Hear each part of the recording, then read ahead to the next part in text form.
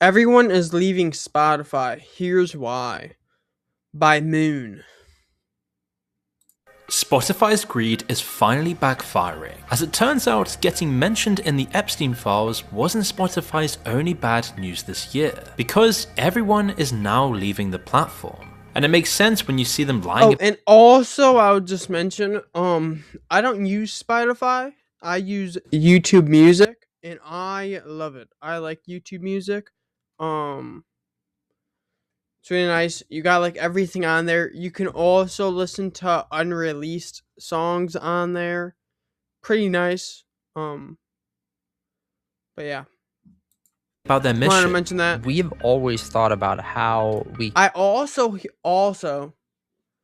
hold up. I also heard that there's also AI on YouTube Music, obviously, and stuff like that. Like it's popped up sometimes, but anyways, on Spotify, I heard like there's a lot of playlists now that like are popular that only play AI. So like the AI on Spotify is like pretty big, I heard. And I hate AI music. But yeah. can grow the number of creators that are successful on Spotify. And it really started with music in itself. Yeah, AI. Fairly Oh, wait. Yeah, can okay. grow. While Spotify stars real artists, AI music thrives. See, bro? Wow. This is not a pre-watch. It's just I talked about it and it just was like one of the next slides. But yeah, dude, The number that's of creators crazy. So like AI music is doing better than real artists. that are successful on Spotify. And it really That started sucks. with music in itself. Like I fairly don't common. want AI music to become popular or popularized. Like it is I don't like it. I don't like it. It is artificial music. It's not real. It's not real. There's not emotion in it. Even though like sometimes like it feels like there's emotion. Like I've heard AI songs and the voice sounds like there's emotion in it, but it's not. It's AI, dude, and it is. I don't like it. Compensating the artists that are on the platform. Their CEO's origin story being completely fake, or even with recent news that Spotify may have allegedly become a vessel for money laundering. But really, the final nail in the coffin is their plan to now replace artists entirely with AI artists, They all while like hollowing out AI artists. Like they actually the entire listening are experience with AI. trying to make AI bigger. Now I hate this company.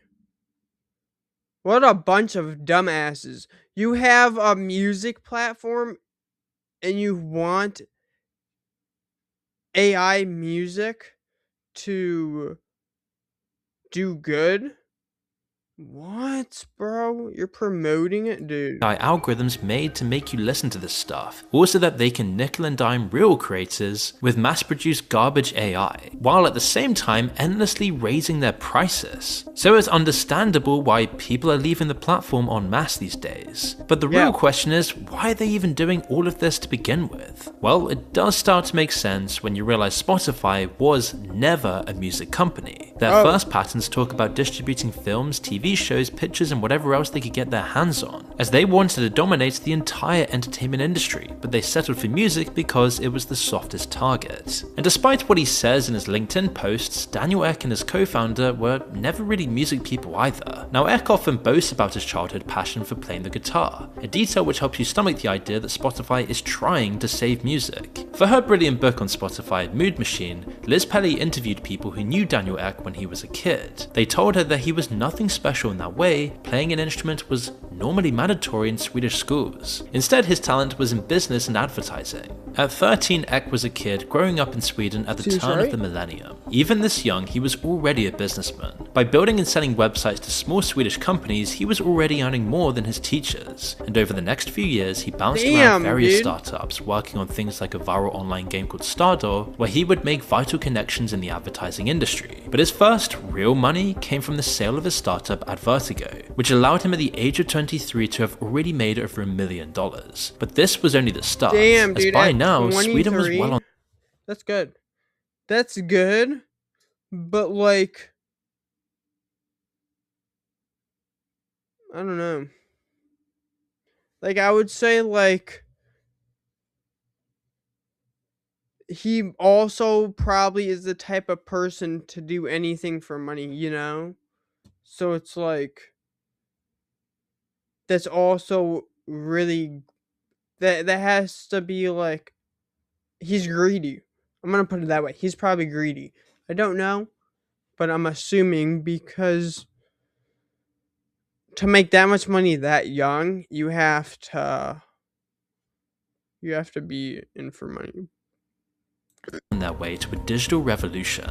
A massive internet infrastructure project had put the country at the very forefront of technology. In fact, it was Sweden that gave birth to the Pirate Bay, which would later become the premier website for online piracy and file sharing. During the early 2000s, Daniel watched as the site and its founders exploded in popularity, and then just got completely torn apart in the courts. This was a really unique problem. Tons of people just preferred file sharing and piracy. Even with the legal problems and the shady method and the risks involved, people chose online downloads over buying CDs or DVDs in person. It was clear that convenience was the most important thing for people above everything else. Meanwhile, the big record labels had been powerless to stop the Pirate Bay. They could arrest the founders and throw their weight around, but they couldn't really stop progress and rewind the clock. It was especially bad for the music industry. Music was much quicker to download than full movies or TV shows. Record label profits had been sinking like a rock in water for years, and there were no signs of recovery. Meanwhile, their own efforts to make an alternative to the Pirate Bay had been almost hopeless. Early attempts like Press Play, a streaming service sponsored by Universal and Sony, were called stunningly brain dead by journalists because of the hard limits on songs you could play, the low quality audio, and slow download times. So this is when Daniel Ek saw an opportunity. If he could solve the convenience problem before the labels could get their act together, he could insert himself and his company as the middleman in the music industry. Meanwhile, he could co-opt and assimilate the Pirate Bay and their approach of a complete database of free music. And so, with a small loan of €1 million from a wealthy advertising executive called Martin Lorentzen, Daniel Ek would make Spotify the answer to all of these problems. As technology progressed, the convenience problem got easier to solve. By 2006, it was possible for Daniel to set up a server where people could live stream songs almost instantly, without ever having to download them. At first, they kept sign-up numbers limited so they didn't overload the servers, but as the company grew, they could invest more and more in keeping things instant. The other big problem was the content. There was no way that Daniel Ek could get the music they needed from the record labels without striking some kind of deal, and at this point, there was no way they could trust some random guy with that level of access. So he did what over 1 million other Swedes had already done. He pirated it. This was a logical step. Ek had even previously been the CEO of uTorrent, so he knew the ropes. But he wasn't interested in the same crusade of free expression and a free internet that other pirates were. Instead, Daniel was purely motivated by profit, and the result was an application where you could listen to pretty much whatever song you wanted for free with minimal wait times, and somehow all completely legally, at least on the surface. Even to the founders of the Pirate Bay, this was impressive, but they had also already figured out what Daniel Ek's game plan was. In her book, Liz Pelly asked one of the founders of the Pirate Bay about how he first heard about Spotify. He said that they were interested when they first heard about it, but that they quickly realized this was just another money-making machine. Daniel Ek and Martin Lorentzen were advertising dudes who wanted to sell more advertising and realized that music was cheap. If you start looking at Spotify as an advertising company rather than a culture company, a lot of things make more sense. The longer you use Spotify free, the more ads you get. Huh. This was the plan, merge piracy and its convenience while getting the record labels on board. At the same time, Crazy. I wonder how much ads it'll show you. Like, let's say like a time frame. 20 minutes. I wonder like what like the max someone got.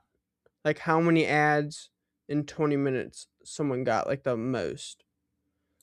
Spotify would rake in profits from Probably a advertising lot. revenue. All they needed was to keep it functional and legal. So And they it would hired be a like mixture so annoying. Oh my gosh. Imagine like getting like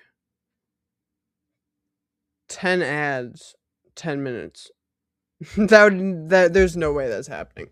But that'd be torture.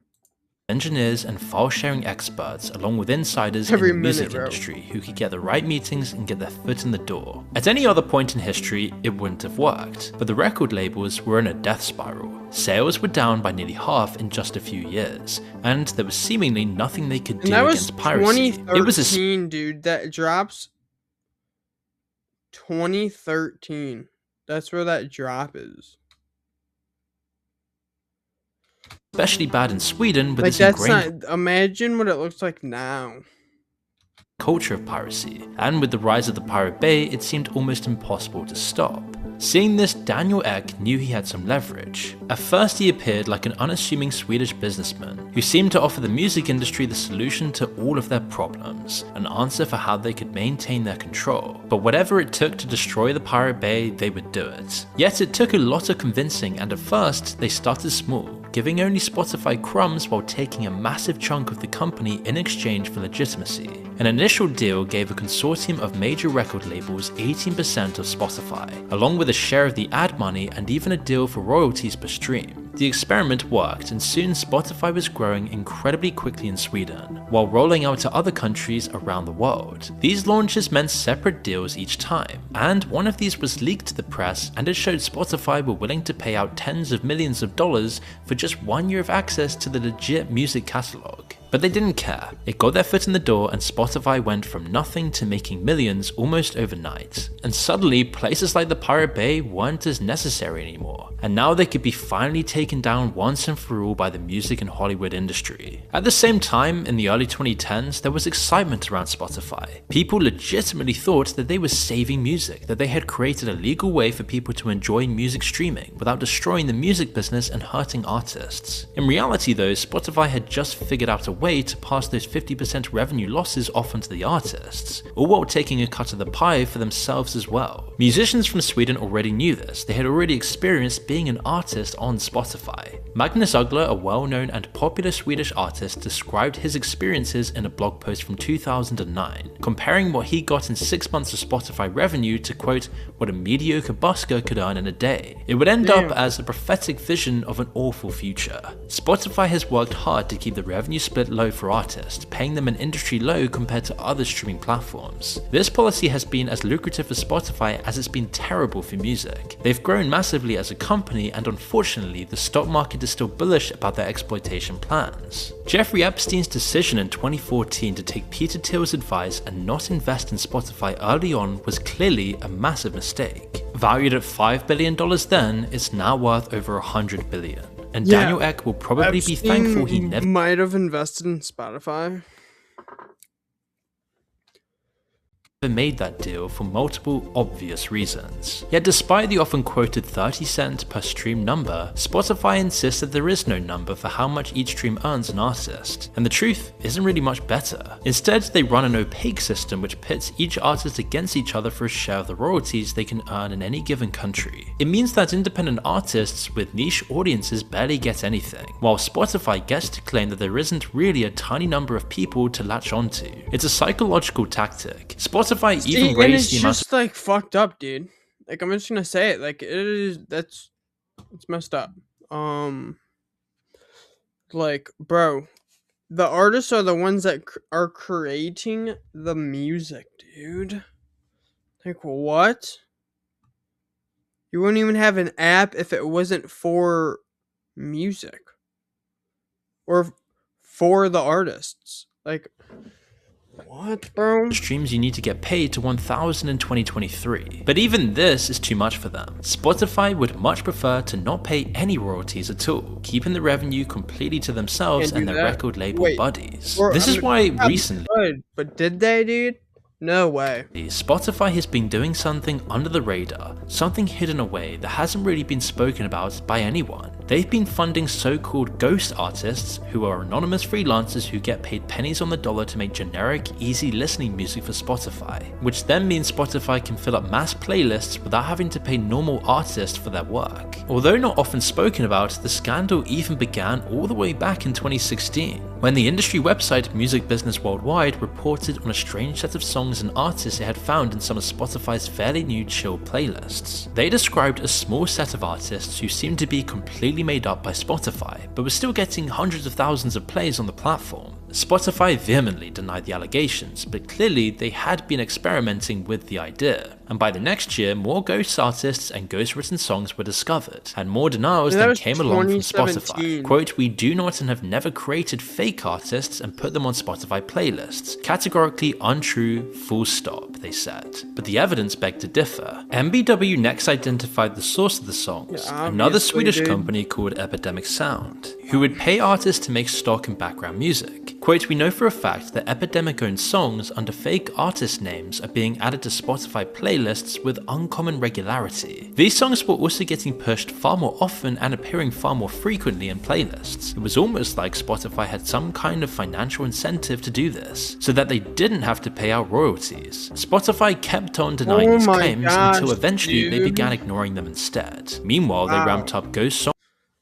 See, dude, that's what I was talking about at the beginning, bro.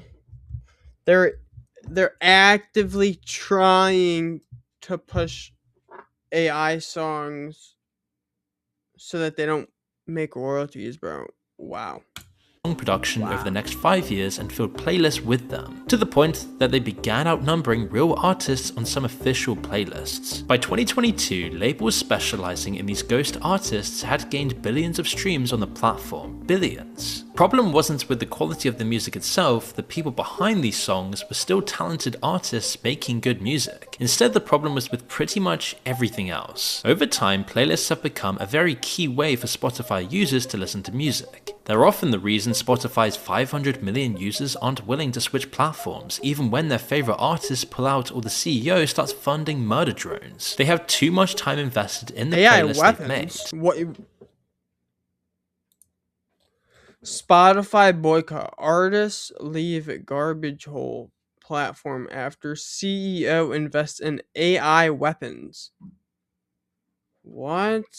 Too much time invested in the playlists they've made. Often established artists aren't big fans of playlists. Instead of getting to tell a whole story with a mix of emotions or an overall meaning, their songs then get split up and packaged with others just like them. Meanwhile, upcoming artists now have to consider how their songs will perform in playlists, compared to mass-produced music that is already designed for that format. They're incentivized to not risk doing things like having long intros or taking their time with the beginning of songs, or really doing anything which goes against people's expectations. They know that Spotify's algorithms are always watching and always listening, taking note of which songs get replayed and which get skipped. It all works to smother creativity. At first, Spotify used to hire people to create these playlists. They had hundreds of people working on curating them, on finding new music, on showcasing it to the world, even if the system was still lopsided. But once the technology allowed it, they switched over to AI-created playlists instead. And it's what enables them to have so many for every possible mood, all constantly cycling through different songs. Spotify has even created a system called Discovery Mode. The idea is that labels and their artists can take an even lower share of the revenue that they already get, in exchange for preference within the specific playlist algorithm. It's like a targeted advertising system, but pushing certain music onto people instead. Clearly, the founder of the Pirate Bay was right about how to see Spotify's tactics. Now you've got people's music.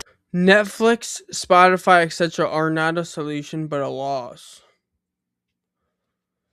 Yeah, because it's like, I could see that. Tastes getting punished in certain directions based on a financial incentive. How many independent artists will have heard of this or will be doing this compared to big labels and ghost artist companies? One independent artist called Andrew Southworth raised a good point. Eventually, if it does catch on, everyone is incentivized to use Discovery Mode and accept less of the royalties. Spotify takes a 30% commission on these additional streams that they're getting for it. And then they want 50%. Dude, like they're kind of getting like pushed into trying discovery mode so that their music gets pushed more, which is like kind of crazy to think about because they just want more money. This is like, well, most companies are greedy at some point, but wow, dude, Spotify is just doing anything to make a little bit more money for them, dude. They would do, it seems like anything to make money if it's illegal. Like, bro, I hate these companies. Marquee or Facebook ads or something. When everyone's using discovery mode, it's effectively like no one having discovery mode. Right now, you have a unique opportunity to have an advantage over a certain percentage of the music industry. So I think you'd be foolish not to take it, especially when it's free and you have essentially no risk of losing anything. But if enough people are using it, then it actually makes no difference at all. Spotify wins, music loses yet again. What? Hey, wait, I want to repeat what he was saying. Discovery mode. Right now, you have a unique opportunity to have an advantage over a certain percentage of the music industry. So I think you'd be foolish not to take it, especially when it's free and you have essentially no risk of losing anything. Be foolish not to take it. Okay, so he's saying, especially when it's free and you have essentially no risk of he's saying artists should go into discovery mode. Which, yeah, a lot of artists are probably doing that, or up and coming. Losing because Spotify knows they set it up that way. Anything. But if enough people are using it, then it actually makes no difference at all. Spotify wins, music loses yet again. But even this isn't enough for Spotify. They can't just accept more royalties from discovery mode or only pay once for ghost artist music. Instead, they want to go all the way back to not paying for music at all. And this is where AI music comes in, the final part of their process. If they can make it an acceptable part of the platform, it means even more profits for Spotify and Daniel Ek. Unfortunately, this process has already begun. In 2022, Spotify began a project to create a system called Soundscape. The idea was that with generative AI, people could simply put in a mood or a feeling or a vibe and the AI would create an endless song based on the prompt. Clearly, even Spotify thought this was too much too soon, so they scrapped it, only to release a beta version spoke too soon of a similar feature just a couple of years later. Instead, they began proliferating years later. So, like, they did wait a decent amount of time, but still, bro. It's just so stupid, dude. A platform with AI music instead. Like Ghost Music, it often finds itself in playlists and gets millions of plays. When specific AI artists or songs make the news, they remove them. But they don't label any of the songs as AI yet, and they're in talks with the labels about how to incorporate it into their system properly. You can be sure that their new AI DJs will happily recommend it to their audiences. There have already been some notable DJ? What the fuck? AI DJ? Casualties from this policy. Now, don't get me wrong, lo-fi hip-hop and the people who listen to it have always been obsessed with nostalgia, but now they're getting nostalgic for music that came out just a few years ago. It's all because of the AI music. Lo-fi hip-hop was the perfect genre for it to infect. All of the nuances, the creativity and the details that made people actually like the genre, it's fairly easy to replicate. Just put a piano melody over a beat, add some modern background sounds, distort it, and you've got a half-baked lo-fi hip-hop song. In the past couple of years, AI has got to a point where it could make thousands of these in minutes. Unlike other genres, nearly everyone listens to playlists full of unknown artists rather than albums or singles. Slip one or two AI songs in there and nobody would notice. I don't know, maybe because I'm on YouTube Music, but I never, ever listen to people's playlists. Probably gets promoted more on Spotify, but like, I've made my own playlists, and I usually rarely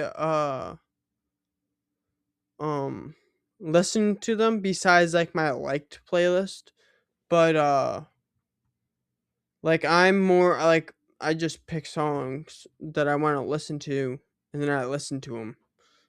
And I feel like that's way better than just someone picking music for you.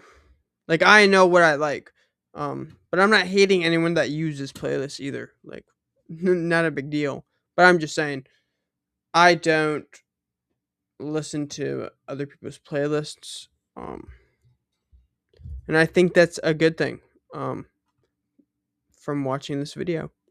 The more you add, the more you lose, and by 2025, people were left wondering what had happened to Spotify. And that's when it became harder and harder for Daniel Ek to hide who he truly was. He's gone from either being seen as a disruptor or not known at all by the public to being someone synonymous with unearned exploitation. It got so bad that he had to even step back from being CEO of Spotify, as he's been causing scandal after scandal. Most recently, his very own venture capital firm announced 600 million euros of investments in a company called Helsing, a firm specializing in drone warfare. They've promised to only ever sell to democracies, but how much does that term even mean when Kim Jong-un holds fake elections? Plus, nobody really believes corporate promises anyway. It's why recently a growing wave of artists like Massive Attack has called for boycotts on Spotify, and another scandal could easily push things over the edge. Whether or not this will go anywhere else though remains to be seen, but it might not matter anyway. Spotify is losing market share across the board. Massive companies like Amazon, Apple and Google have all been pushing their own music streaming services. Apple Music had their best year yet in 2025. Damn, he didn't even talk about YouTube Music. Do not that much people listen to it? I think it's a really good app. And Spotify's main route for future growth are new markets and continents where the internet rollout is still ongoing. But here they could run up against their old enemy again, piracy. Developing countries in places like Africa and Asia have strong cultures of reproducing media, and governments have much bigger fish to fry than stopping it. Lots of people just won't have the money to pay a subscription as well, and when the internet hits, they'll switch to torrenting instead. And funnily enough, the same problem is coming back in the developed world as well. If Spotify keeps raising their prices, they then risk getting undercut by their competitors, or people turning to the high seas to skip paying entirely. Convenience, as we've seen, is worth a lot, but every time Spotify tests that price tag, it's a massive gamble, especially as the quality gets diluted every year with all of this garbage. At the end of the day, AI garbage. AI garbage. Absolute garbage. Other services like SoundCloud might not be perfect, but at least they offer a far better, more ethical way of listening to music than using Spotify. Lots of apps now also let you transfer your playlists, and if people continue to find out about this, it means the barrier for switching will become lower and lower. Really, none of the options are perfect, Oh, and there's everything other there's YouTube Music. There's YouTube Music. He put it on. Put it on. Really, none of the options There it is.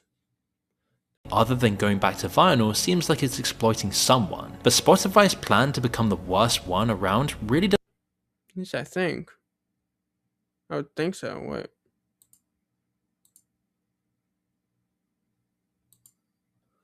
become lower and lower. Really, none of the options are perfect, and everything other than going back to vinyl seems like it's exploiting someone. But Spotify's plan to become the worst one around really doesn't seem like a winning strategy, and if they carry on like they are, then they deserve to lose everything. Yeah, dude. Like if Spotify goes down, or like just like disappears or something, I wouldn't be mad. That's crazy though. I hate I just hate AI in general. I feel like it just makes the world grayer. But yeah. Well, all right. I like this video, so I'll like it. And W Moon. Nice video.